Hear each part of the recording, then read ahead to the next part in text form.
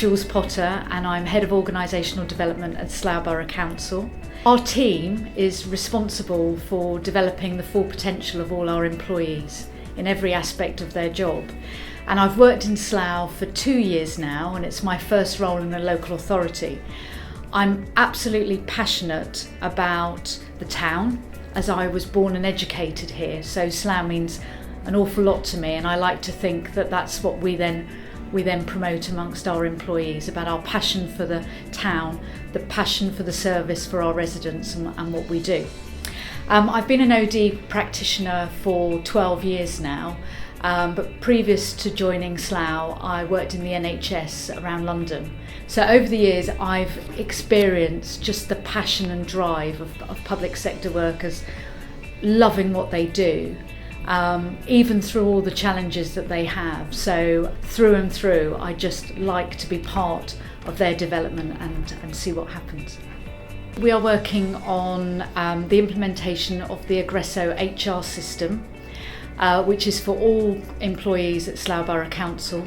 As Head of Organisational Development, my team is responsible for the training of all employees in the organisation. So it's important in this project that we focus on supporting people through the system and learning how to use the system in a very practical way, as well as supporting them through the culture change. For some of the employees, they've never used the system at all before.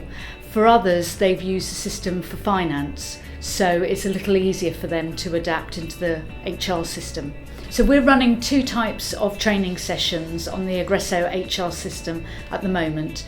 One is the employee self-service session. So employees who just need to know how to use the system for things like looking at their pay slip, submitting timesheets or expenses, and booking all forms of absence such as annual leave. The manager self-service sessions that we're running cover those topics that the employee self-service does. But in addition, the managers then need to understand how they support their team by rejecting or approving such things as annual leave or timesheets or expenses. We are in the midst of doing employee self-service sessions and manager self-service sessions for all our employees. And we are just partway through the training session. So far, we've trained about 300 staff, but in total we have 1,178 staff, so we have a few more sessions to run. During the sessions themselves, we've had quite a number of queries, which have been quite interesting and quite mixed. But we're also publishing on our intranet a briefing of frequently asked questions. So we're looking at every aspect as we go along and adding responses to those questions. At the moment, we've got quite a number. We've got pages of pages, and I'm sure there'll be many more to come. During the training, they do say afterwards that actually they find it quite easy to navigate themselves around the system. It's more about how do they translate what they do now into using Agresso, and that's the culture change, and that's more challenging for people really.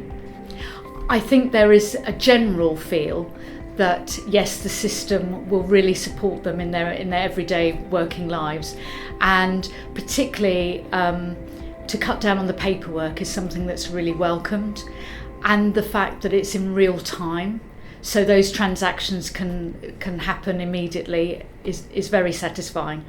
On the other hand, for some of the managers in particular, it seems that they've got quite a number of tasks to deal with, but I'm sure as they get more familiar with the system and start to use it, like most systems, then they'll be acclimatised and it will be easier. As part of the project, we're very clear that once you've completed an employee self-service or a manager self-service session, you might need some more support with your learning.